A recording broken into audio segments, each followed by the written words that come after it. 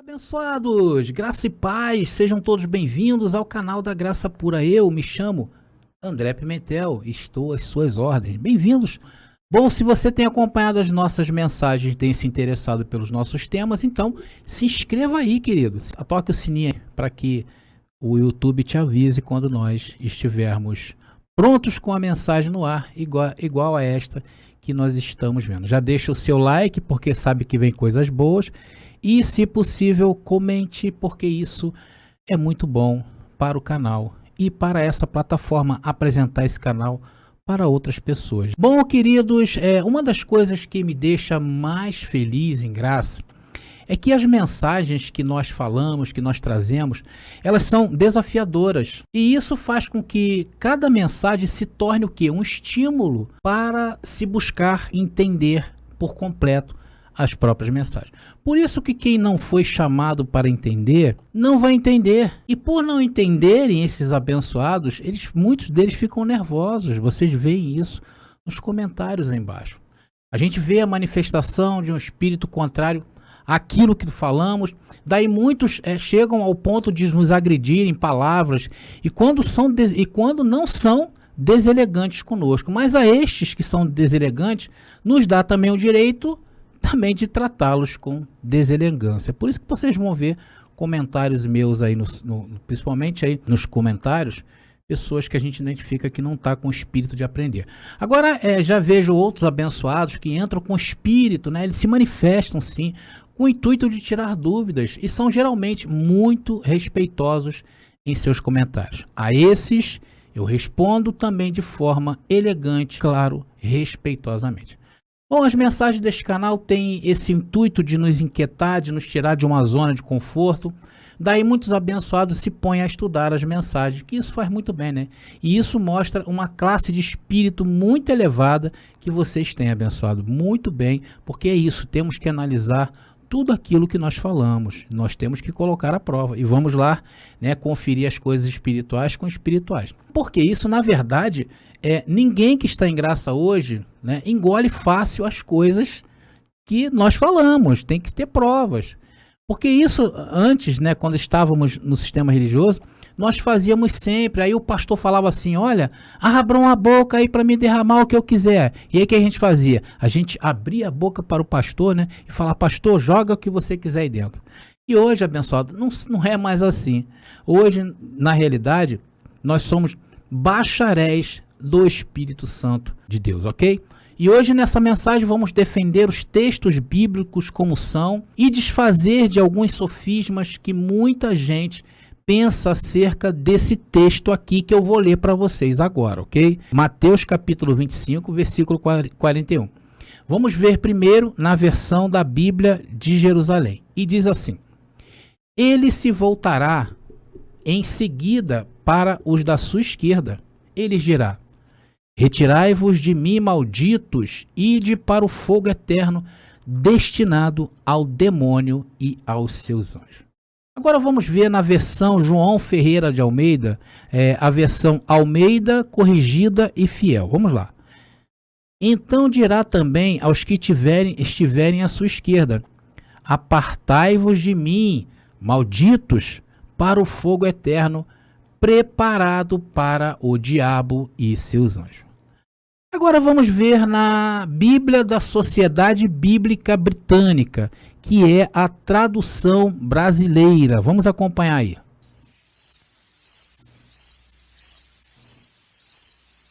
Aí você me diz assim, André, cadê o texto? Você errou, esqueceu? Não, abençoado, eu não errei e nem esqueci. É que na realidade, nesta versão, não existe esse verso do 37 ao 46. Esqueça, não existe nesta versão da Sociedade Bíblica Britânica, tradução brasileira, estes versos. Então, o que eu fiz, abençoados? Eu procurei para lá, procurei para cá, mas não encontrei resposta por que não está aí. E isso me causou um desconforto nessa mensagem. Então comecei a pensar, por que será que não existe esse final? Eu não encontrei. O que eu sei, queridos, é que de um tempo para cá, de acordo com que a tecnologia vai avançando, principalmente na área da arqueologia, onde hoje estão se achando muitos papiros antigos, né? Então eles conseguem determinar mais ou menos ali com exatidão se aquele papiro foi escrito no ano tal e tal. E eles estão descobrindo várias coisas, queridos. Várias coisas que vão vir à tona com o tempo, eu creio eu, de acordo com a tecnologia vai avançando, esses pergaminhos, pedaços, às vezes livros inteiros, estão sendo achados. Então, isso vai dando o quê? Uma nova dinâmica sobre essa época bíblica. Tá bom? Então, pode ser, não estou afirmando, que a Sociedade Bíblica Britânica, através de achados arqueológicos, eles fizeram a tradução brasileira sem esse verso lá de Mateus capítulo 25, do 37 ao 46. Mas eu não vou me aprofundar nesta questão, tá bom? Em outra oportunidade, prometo aí trazer para vocês a resposta, porque esse texto termina no verso 36, ok? Então, a ideia dessa mensagem, a princípio, é abordar essas duas versões, tá bom, abençoado?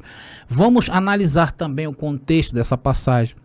Não vamos analisar somente o texto como o sistema faz. Nós vamos ver que aí Jesus falava de um tempo indeterminado e eterno. A sua parousia, né, ou parousia, né, parousia, né, a sua parósia, enfim. Depois eu vou explicar o que significa isso aí, a parósia, tá bom? E também tempos eternos. Vamos analisar o significado do fogo, do texto, que fogo é esse.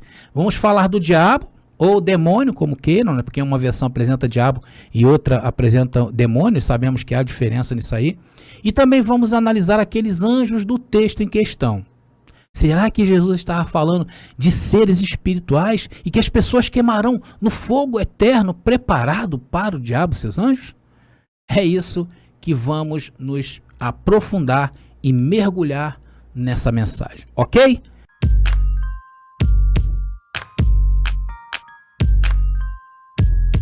Então, nessa primeira parte, vamos falar sobre a parousia, né? A parousia. Porque esse é o contexto lá de Mateus capítulo 25, versículo 41. Aí você me pergunta assim, André, o que é isso?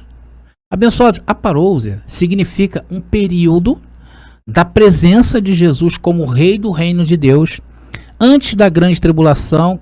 E aí alguns acreditam que é antes da grande tribulação e outros acreditam que é depois da grande tribulação, tá? São vertentes da parousia, tá? Existe também a parousia que o sistema crê que é futurista, tá? Que acredita que as coisas do final dos tempos irão acontecer ainda, e existe, segundo o que eles falam, né? Nós cremos, em graça, nós cremos na escatologia consumada, ou seja, eles colocam um nome, eu não gosto muito de adjetivar essas coisas, tá? Mas eles chamam de preterista. E dentro dessas ramificações, tanto o futurismo como o preterismo, existem as suas subdivisões, tá bom, querido? Como o intuito é esclarecer os abençoados para que possa argumentar da maneira certa e coerente, eu apresentei desta maneira. Então, a parousia, a nossa, tá? Aquela que está consumada, fala sobre os acontecimentos futuros a Jesus, porém, o futuro era no ano 70. Então, tudo o que Jesus falou enquanto esteve vivo, falou para um determinado tempo. E esse tempo que Jesus falou, ele se referia a uma geração. Vamos ver, abençoado, o texto que nos dá base para que nós pensemos assim. Mateus capítulo 24, versículo 34, dentro do contexto aí desse texto. Vamos lá. E diz, em verdade, vos declaro, não passará esta geração antes que tudo isso aconteça. Que tudo isso o que é tudo isso do texto, André? Tudo que Jesus se referia às coisas referentes ao fim dos tempos. Então veja, antes que tudo isso aconteça, Jesus falou o quê? Para aquela geração. Agora, nessa versão que eu li, que é da Bíblia de Jerusalém, tem também uma nota de rodapé que também dá uma outra forma de se traduzir essa passagem. Vamos ver. Em Mateus capítulo 24, versículo 34 ainda, e diz, em verdade vos declaro, não passará esta geração antes que tudo isso venha. Vocês estão entendendo, amados? Então veja bem, Então, segundo esse verso, o castigo eterno e também a salvação eterna era para aquela geração e não nos dias de hoje, porque já passaram várias e várias gerações. Aqui estava apontando para aquele povo, para os judeus. Abençoado, o que Jesus falava aqui, o contexto era um contexto judaico para os judeus. E não aponta em nenhum momento para os gentios. Ou seja, isso aqui é para o povo de Israel. Veja no verso 36 de Mateus capítulo 23, que diz: em verdade vos digo, todos esses crimes pesam sobre esta raça. Porque, abençoados, aqui no verso de Mateus capítulo 25, 41, aponta para um julgamento. E esse julgamento aconteceu para aquela geração. E o texto diz raça, né? Ou geração. Mas o texto diz raça. E havia também crimes. Vocês estão entendendo? Agora vamos ver que raça era essa. E notem, abençoado, no texto que eu vou ler agora, que em nenhum momento se pensa em gentios, tá? Você está fora disso e dá glória a Deus.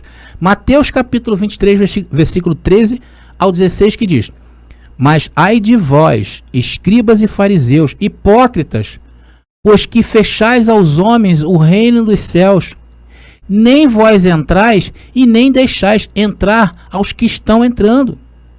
Veja, abençoados, que nessas passagens Jesus cita o reino dos céus. E isso, abençoados, não se refere, é claro que outras versões falam reino de Deus, tá bom? Mas isso não se refere ao paraíso, tá bom? Isso se refere à vida aqui nessa terra, o reino de Deus. E ele está estabelecido nos dias de hoje em nossa mente. Mas os líderes religiosos daquela época era um entrave para que o povo o judeu, o povo de Israel, pudessem entender a essência de Deus. Abençoados, anota isso aí, a essência de Deus. Depois eu vou falar um pouco mais sobre ela, tá? E existe também a essência de Deus na lei e a essência de Deus na graça. Nós vamos abordar só um pequeno trecho disso que Deus está me revelando, tá bom? Continuando o verso.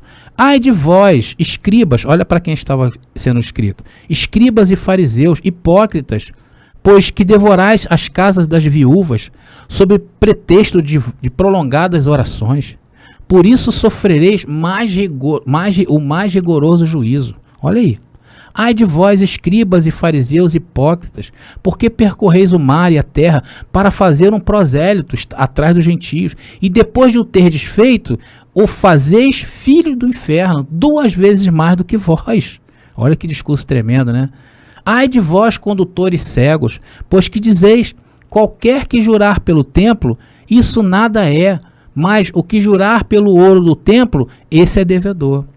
Então veja, abençoados, se nós fôssemos esmiuçar aqui, nós veríamos vários crimes sendo cometidos segundo a lei. Então aqueles que deveriam defender a lei, defender o povo, defender a essência de Deus, esses cumpriam a letra, mas desrespeitava ao povo de Deus. Então, na verdade, estes religiosos, Jesus já mostra que estavam ali em condenação, condenados ao fogo eterno. E Jesus continua seu discurso duríssimo àquela geração, condenada ao fogo eterno pelo juízo de Deus. Vamos ver, Mateus agora, no capítulo 23, do 34 ao 36, que diz: portanto, eis que eu vos envio profetas, sábios e escribas. A uns deles matareis e crucificareis, e a outros deles açoitareis nas vossas sinagogas. Abençoado, havia crimes sendo cometidos dentro das igrejas. E os perseguireis de cidade em cidade, para que sobre vós caia todo o sangue justo que foi derramado sobre a terra, desde o sangue de Abel, o justo, até ao sangue de Zacarias, filho de Baraquias, que matastes entre o santuário e o altar. Olha quantos crimes que estavam sendo julgados naquele tempo. Em verdade vos digo que todas estas coisas hão de vir sobre esta geração. Está vendo, abençoados? Jesus estava se referindo àquela geração. O problema de se entender isso aqui é que o sistema religioso futurizou tudo. E passaram a deixar tudo para amanhã. Jesus vai vir amanhã, a grande tribulação vai vir amanhã. Por isso que quando surge um líder mais eminente no mundo, eles logo olham, esse daqui vai ser o falso profeta, esse aqui vai ser o anticristo. Olha aquele fenômeno ali, diz que é a besta que saiu do mar. Enfim, abençoado. Então, enquanto eles deixam tudo para amanhã, hoje o que eles fazem? Assaltam aos bolsos dos incautos e a mente de quem se submete a eles. Abençoado, só para vocês terem uma ideia do que estava por vir, veja esse relato de Jesus sobre este acontecimento no ano 70. Isso que eu vou falar agora é um compêndio de alguns versículos em Lucas capítulo 21. Vamos lá. E dizendo a alguns a respeito do templo, que estava ornado de belas pedras e de ricas ofertas, Jesus disse: destas coisas que vedes virão dias em que não ficará pedra sobre pedra que não seja demolida. Quando virdes, pois, que Jerusalém é sitiada por um exército, então sabei que está próxima a sua desolação. Porque haverá grande angústia sobre a terra, e ira contra este povo. E cairão ao fio da espada, e serão levados cativos a todas as gerações, a todas as nações. Jerusalém será calcada pelos gentios. Esse compêndio abençoado está lá em Lucas, capítulo 21, versículo 5 e 6, versículo 20 e depois versículo 23 ao 24. Agora, abençoados, vamos fazer um resumo dos crimes que estes cometeram e estavam sendo condenados. Mateus capítulo 23, de 36 ao 39 diz: em verdade vos digo, todos esses crimes pesam sobre esta raça. Jerusalém, Jerusalém, que matas os profetas e apedrejas aqueles que te são enviados. Quantas vezes eu quis reunir teus filhos, como a galinha reúne seus pintinhos debaixo de suas asas. E tu não quiseste. Pois bem, a vossa casa vos é deixada deserta, porque eu vos digo, já não me vereis de hoje em diante, até que digais, bendito seja aquele que vem em nome do Senhor. Então, queridos, logo esse texto, esses textos que eu li, é o contexto daquele verso que vamos analisar mais para frente, em Mateus capítulo 25, versículo 41. Como a parousia, não é o tema dessa mensagem, eu estou aprontando umas mensagens aqui que vamos abordar também esse tema de forma mais profunda. Ok, abençoados? Bom, então vimos até aqui o contexto de Mateus capítulo 25, Agora vamos ver o segmento em si do capítulo 25. Vamos analisar o capítulo 25. Vimos o resumo, Trouxemos um resumo que fala sobre o sermão da montanha, a grande tribulação, o começo das dores. Trouxemos aqui para vocês o contexto. Agora vamos analisar somente o capítulo 25. E já nos primeiros versos do capítulo 25, Jesus fala da parábola das 10 virgens. Está lá, a partir do verso 1. Aí fala o quê? Do povo de Israel. Queria vivenciar aquela experiência terrível que aconteceria nos tempos eternos, ou seja, no ano 70.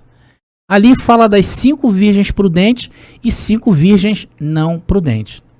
Não vou entrar no contexto dessa parábola, porque o foco é outro, mas aqui entendemos claramente que Jesus se referia ao povo sofrido como as 5 virgens prudentes.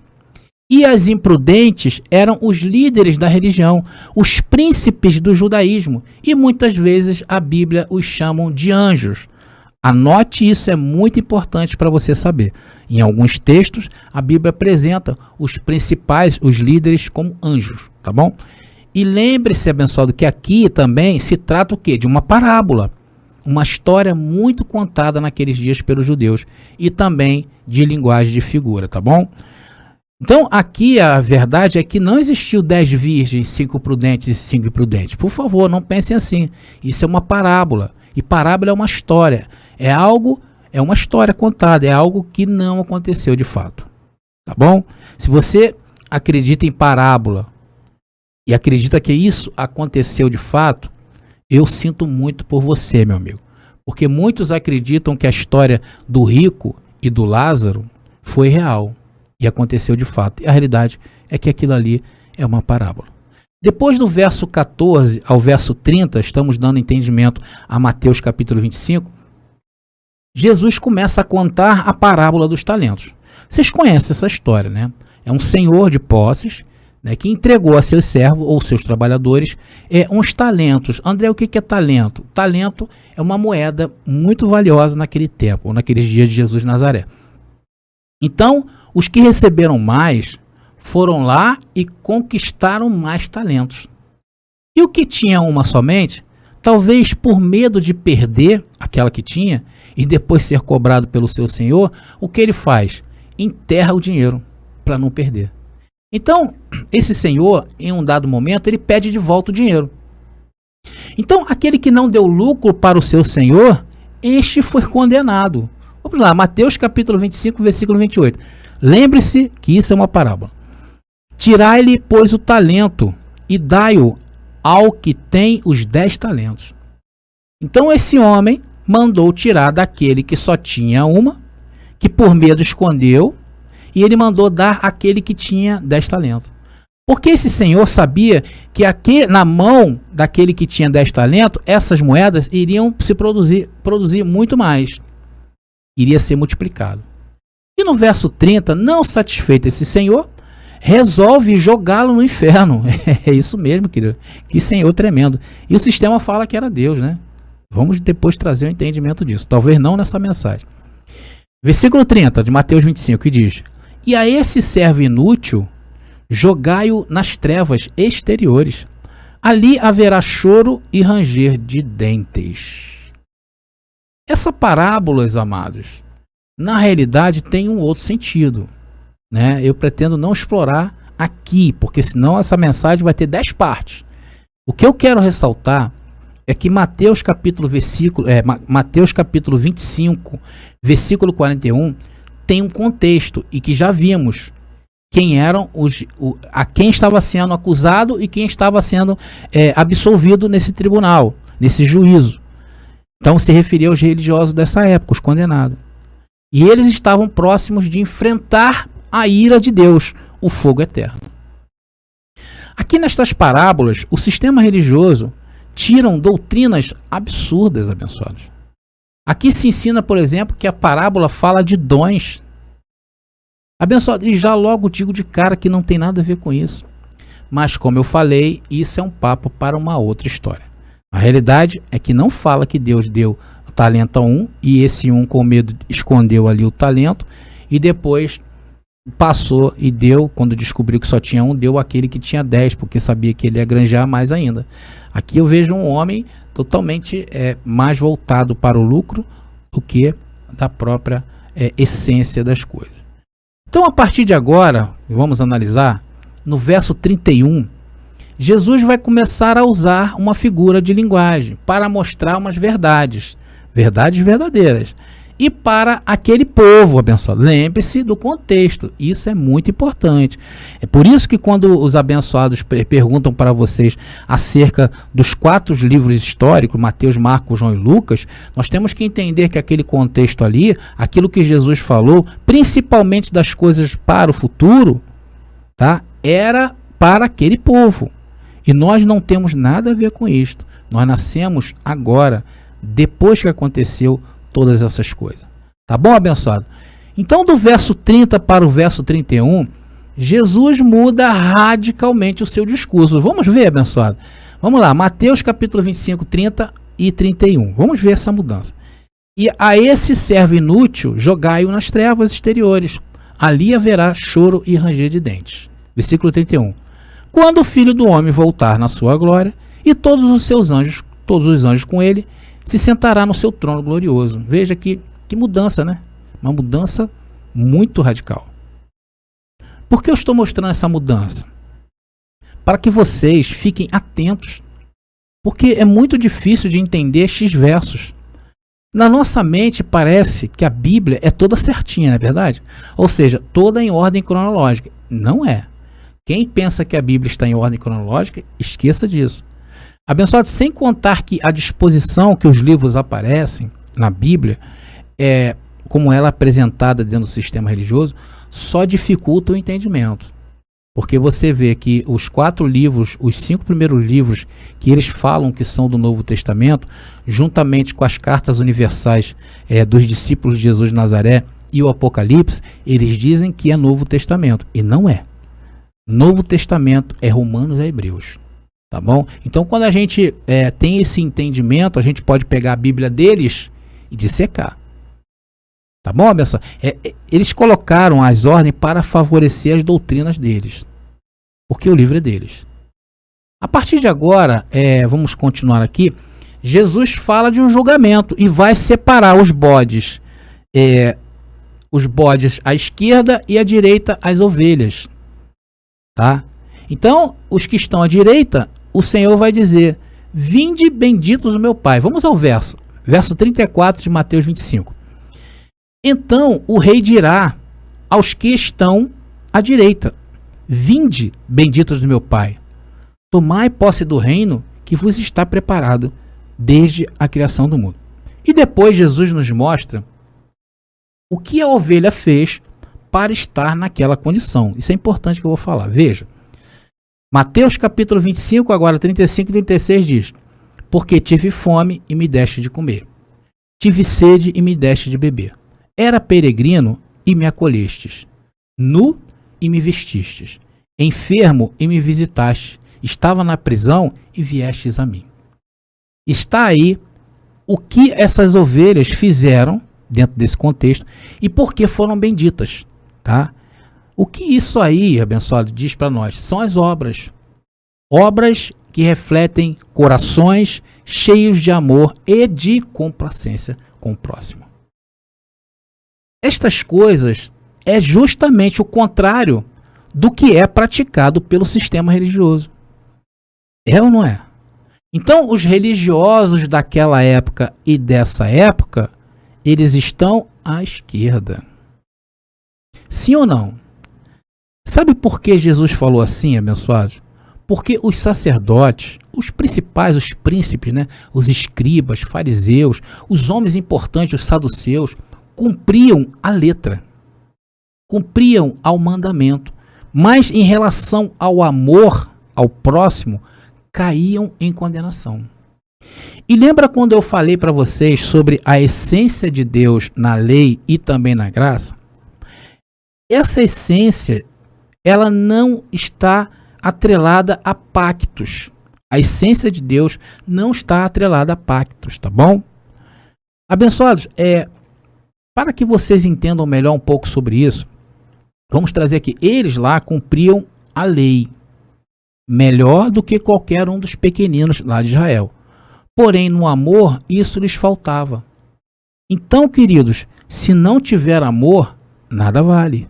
Inclusive para nós que estamos em graça hoje. Ok? Então, a essência de Deus é o amor. A essência de Deus está acima da lei que passou e da graça. Veja o que Paulo escreve em Gálatas sobre a essência de Deus. Isso é muito importante, queridos.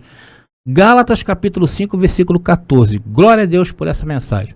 E diz: pois toda a lei se resume em um só preceito. Toda a lei em um só preceito, em uma só lei. A saber, amarás ao teu próximo como a ti mesmo. Pronto. Resolvemos o problema do mundo, sim ou não? E nisso aqui, queridos, os religiosos nunca entenderam, nem naquela geração e nem nesta geração.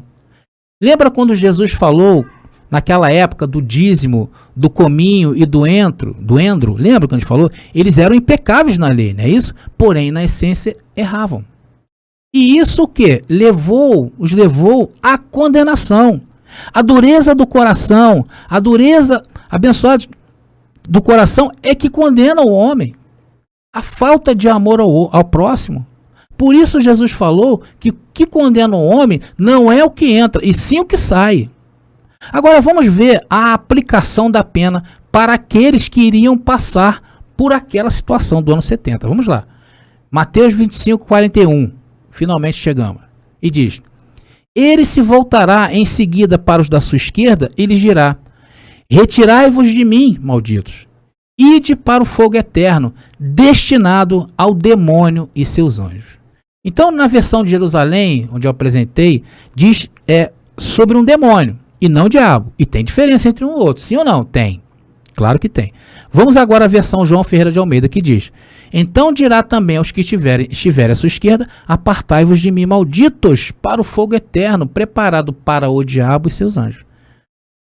Ali diz o diabo, e no outro diz demônio. E qual dos dois se encaixam no contexto então, André? Os dois. Por isso que não tem muita diferença, tá bom? Só não encaixa aqui dizer que diabo e demônio é um ser espiritual. Esquece disso. Agora Jesus menciona o que fizeram os da esquerda para merecerem estar naquela situação. Vamos lá. Mateus 25, 42 e 44. Porque tive fome e não me deste de comer. Tive sede e não me deste de beber. Era peregrino e não me acolhestes. Nu e não me vestistes. Enfermo e na prisão não me visitastes. Também estes lhe perguntarão: Senhor, quando foi que te vimos com fome, com sede, peregrino, nu, enfermo ou na prisão e não te socorremos? Queridos e queridas, amados irmãos, vejam que salvação o Senhor nos deu. Ele, abençoado, nos tirou do poço de lama da religião, porque o Senhor viu graça em nós. O Senhor, quando nos olhou por dentro, viu que era tempo de amores. Vocês já viram aquela profecia de Ezequiel, capítulo 16, versículo 8? Abençoado, anota, Ezequiel 16, 8. Vai lá depois, leia, para você ver, estava falando de ti. Então, a partir de agora, nessa mensagem, onde vimos o contexto desses capítulos de Mateus, né, lá que nós lemos anteriormente, Jesus estava apontando para um futuro que ocorreu no ano 70. Vimos o contexto desse capítulo, entendemos o que levou estes bodes a serem condenados e estamos agora totalmente embasados. Vamos analisar que fogo eterno é esse, que demônio ou diabo é esse e que anjos são esses do texto. Preparados? Vamos lá. Então, no versículo 41, que já está aí para vocês, para quem Jesus estava falando isso? Para você hoje? Para a geração futura? Não. Abençoado, Jesus estava falando para o povo que viveu naquela época. Isso aí foi escrito para o povo daquela época. Aí você me pergunta assim: mas André, eu pelo menos posso tirar uma lição daí? Pode, abençoado. Porém, sempre entendendo até onde você pode ir. Então, a outra parte de ouvintes desta mensagem que estão nos ouvindo, que são os críticos, né, vão me dizer, né, que eles creem na tese que o diabo existe como ser. Eles estão impacientes para me perguntar o seguinte: mas André, aí no texto fala sobre o fogo eterno. Isso aí não é o inferno, abençoado? Claro que não. Mas que fogo eterno é esse então, André? Abençoado, esse fogo é o juízo de Deus. Deus tem os seus juízos, queridos. E quando se trata do juízo de Deus, a Bíblia traz uma linguagem de figura e ela coloca o fogo como sendo essa linguagem figurada que representa o fogo de Deus. Tá? A bem da verdade, o que acontece? São coisas espirituais que a gente tem que dar uma conotação material para que você entenda. Então, os que escreveram a Bíblia no passado, eles escolheram o elemento fogo para dizer que representa o juízo de Deus. E esse fogo, dependendo do contexto em que ele está inserido, ele pode nos mostrar vários aspectos do juízo de Deus, como a ira, como castigo, como provação. Então nós temos que observar o contexto, tá bom, abençoado? E neste caso aqui, desse contexto, é a ira de Deus, o fogo. Tá bom, amados? Aí você vai perguntar assim: agora, André, estranho, tudo bem, você falou do fogo, mas ele fala que é eterno. E aí? Claro que sim, abençoado. Sabe por quê? Sabe por que esse fogo nunca vai apagar e vai ser eterno? porque Deus nunca vai perder o juízo. Mas para explicar esse eterno aqui mais dentro, embasado para vocês, tá? Aqui no texto, para te trazer mais clareza, tá? Eu preciso recorrer ao original, ao grego em que ela foi escrita. A palavra eterno aí, ela quer dizer aionios, tá? Aí você me pergunta assim, mas que negócio é esse de aionios, André? Abençoados, aionios é uma palavra grega que quer dizer, ela fala de um tempo indeterminado, um tempo indefinido, porém não eterno. É a mesma coisa você falar assim, tais coisas acontecerão entre tal dia e tal dia. Ou você pode falar o aionios, que o homem trouxe para o português e trouxe a conotação de coisas eternas. Porém, não é eterno. E esse adjetivo aionios vem do substantivo grego aion. Abençoados, vocês sabiam que os próprios estudiosos do sistema religioso são unânimes em afirmar que essa passagem aí do fogo eterno se refere a um tempo determinado?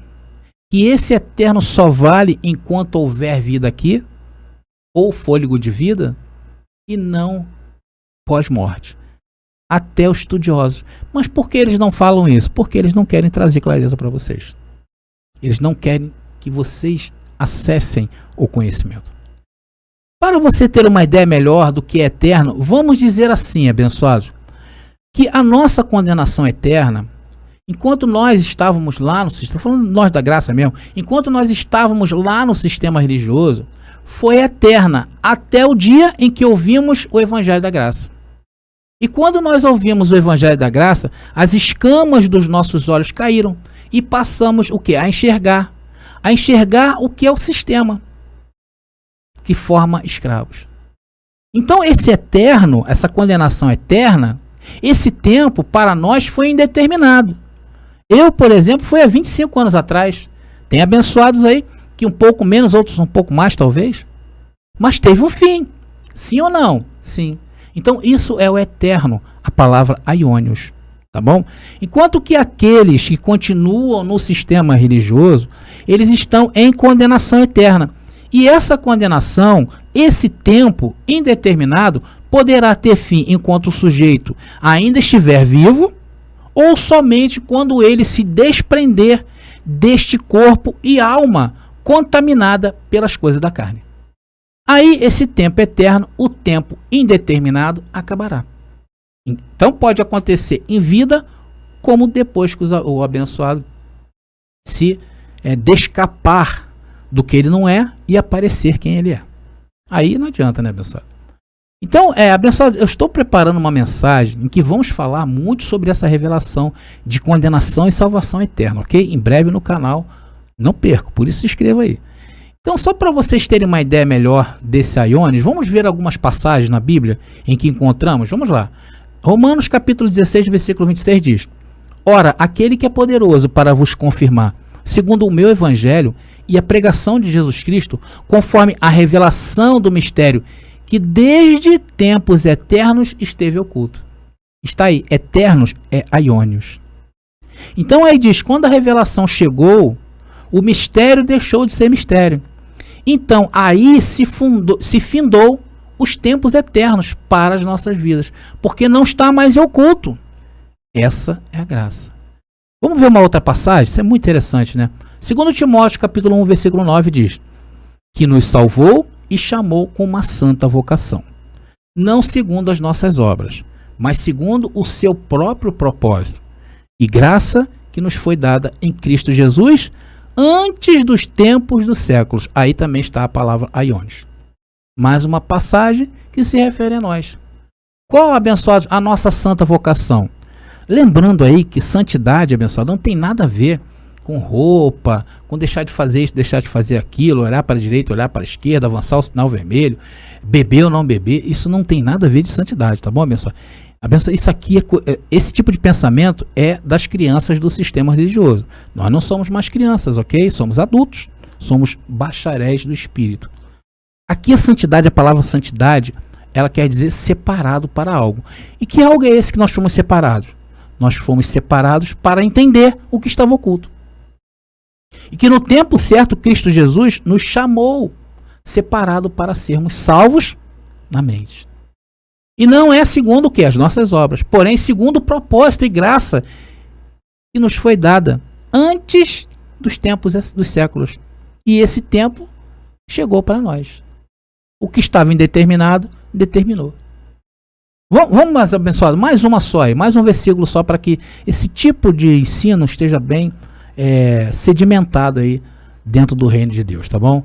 Tito capítulo 1, versículo 2 diz: em esperança de quê? Da vida eterna, a qual Deus, que não pode mentir, prometeu antes dos tempos dos séculos.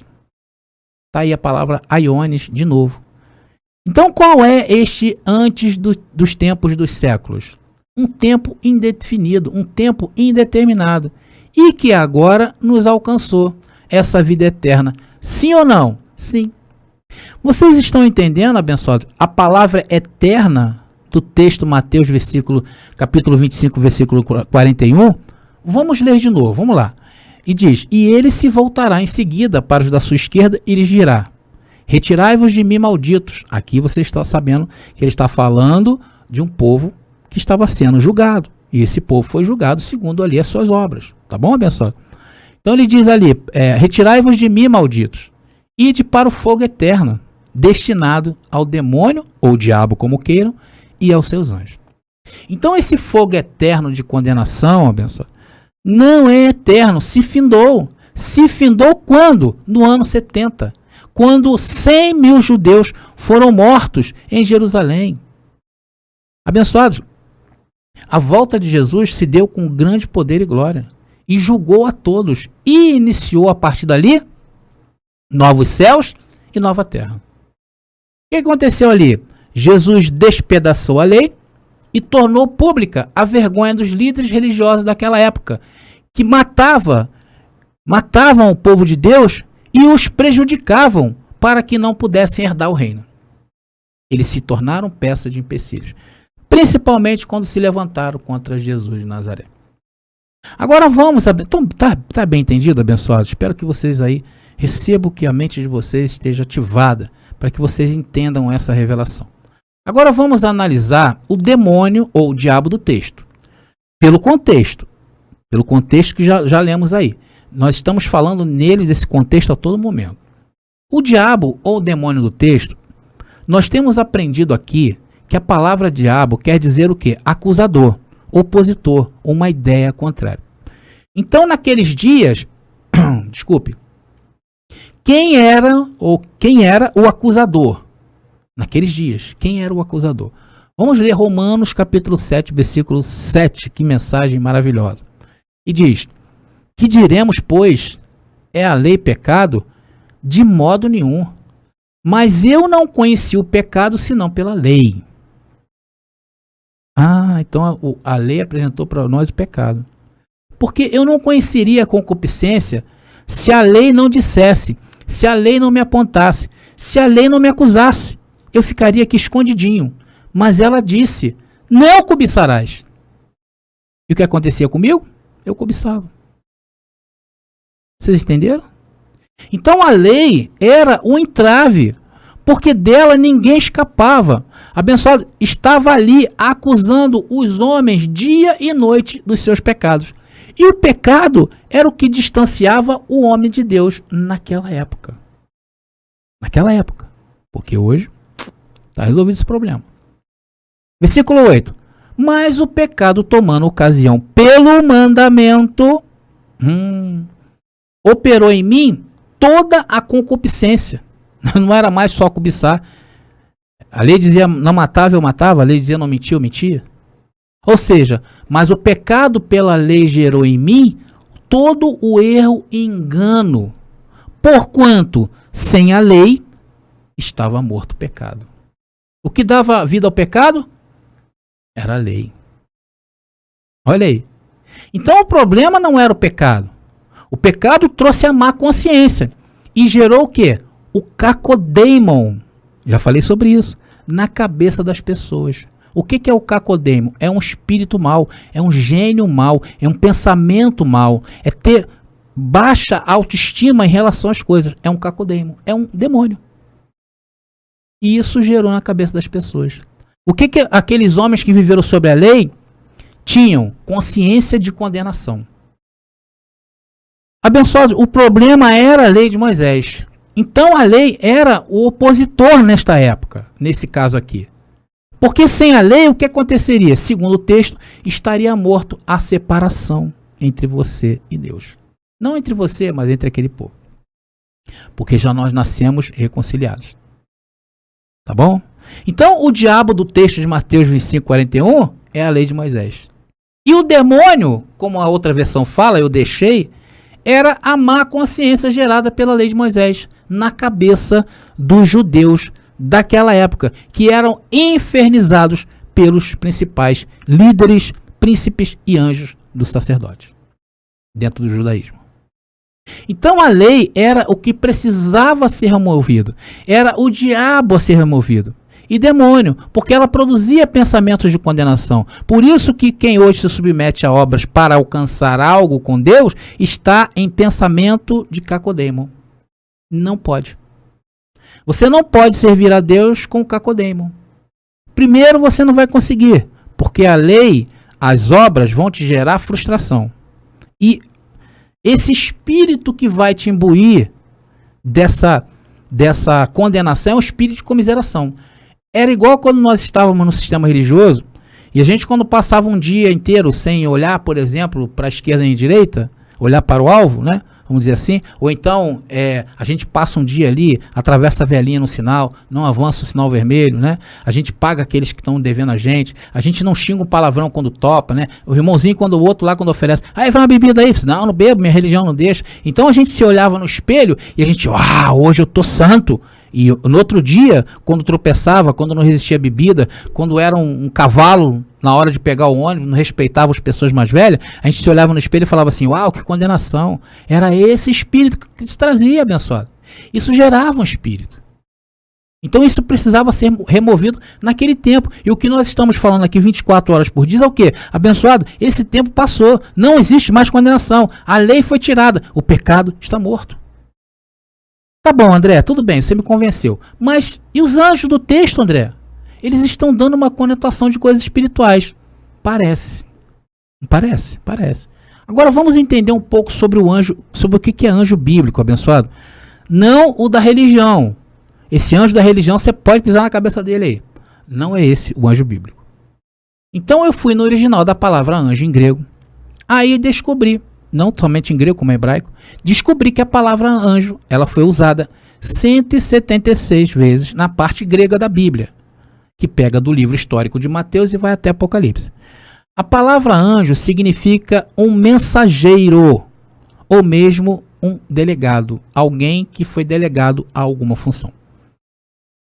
E estes podem ser humanos ou celestiais. E depende de quê? Do contexto. Depende do contexto ao qual o anjo está inserido. Então, todas as vezes que vocês analisarem a palavra anjo na palavra, veja se dá conotações a pessoas, a humanos, ou se dá conotação a espirituais, seres espirituais. E neste caso aqui, em Mateus 25:41, os anjos aqui representam os sabotadores que enganavam o povo, e neste caso eram os príncipes ou principais do judaísmo. Então no verso 41 eu digo que fala de toda a classe sacerdotal. Por essa razão, esse costume de chamar o líder da igreja, o líder do sistema, como o anjo do Senhor, o anjo da igreja, vem de muitos anos atrás, há séculos, inclusive no judaísmo. Dá uma conotação de príncipes. Números capítulo 3, versículo 32. Depois vocês vão lá e vejam, que fala sobre os príncipes dos príncipes de Levi. Números capítulo 3, versículo 32. Então, abençoado, anjos, nesse contexto aí que estamos trazendo e batendo muito em cima, se refere à cúria, aos principais da religião daquela época, que entendia a essência da lei, porém esqueceram da essência de Deus e não cumpriram o básico e por isso foram condenados. E quando as pessoas tentavam entender o evangelho da circuncisão dada a Jesus de Nazaré para os judeus, eles se tornavam um entrave, tanto que ele mandou matar a todos, inclusive o primeiro foi Jesus e depois todos os seus discípulos. Sendo que a condenação, abençoados, para finalizar agora, aquelas condenações foram até as suas mortes. Não foram eternas. Vamos ler um verso aqui que também fala sobre eternidade, um tempo determinado, que é aiones. Vamos lá. 2 Tessalonicenses, capítulo 1, versículo 9 diz: os quais, por castigo, padecerão eterna perdição, longe do Senhor, da face do Senhor e da glória do seu poder. Esse tempo aí da eterna perdição é onde se encontram os abençoados que ainda não conseguiram enxergar essa luz. Porque ainda, abençoado, o tempo está indeterminado. Por isso dizemos que estão em condenação eterna. Por isso que lá no texto, a condenação eterna, ela foi até a morte deles. Então, porque hoje, eles, no caso, esses abençoados que ainda estão em condenação, estão longe da face do Senhor e da glória do seu poder, igual foi aqueles que foram condenados também naquele tempo. Por isso que para nós o Senhor deu um basta em nossa condenação. O Senhor chegou, não vai ser mais condenado eterno. A partir daqui vai ter luz.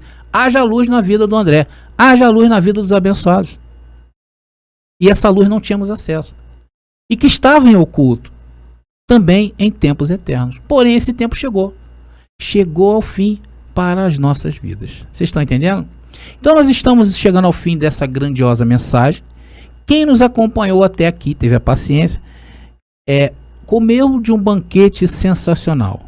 E daqui eu tenho certeza que virão muitos temas reveladores e inquietantes em graça. Nos acompanhe, tá bom, abençoado? Então nós entendemos hoje que o texto de Mateus capítulo 25, versículo 41, só é compreendido pelos que estão hoje em salvação eterna. Vimos o contexto das coisas que Jesus falava para o futuro, vimos o contexto, analisamos o texto, buscamos explicações no grego e vimos que a Bíblia trata de muitas figuras de linguagem, como fogo, eternidade, anjos, tá bom? E vimos mais uma vez que diabo e demônio como ser só existem dentro da religião do sistema. Ok, abençoados? E que assim o Senhor continue corrigindo os nossos caminhos. Eu fico por aqui. Graça e paz. E até a próxima mensagem.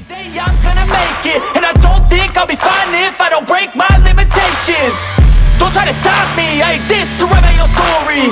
I'll make a decision if I want some peace or if I want the glory. Yeah, don't want a life that is complacent or possibly boring. I just want a life that is worth every day exploring.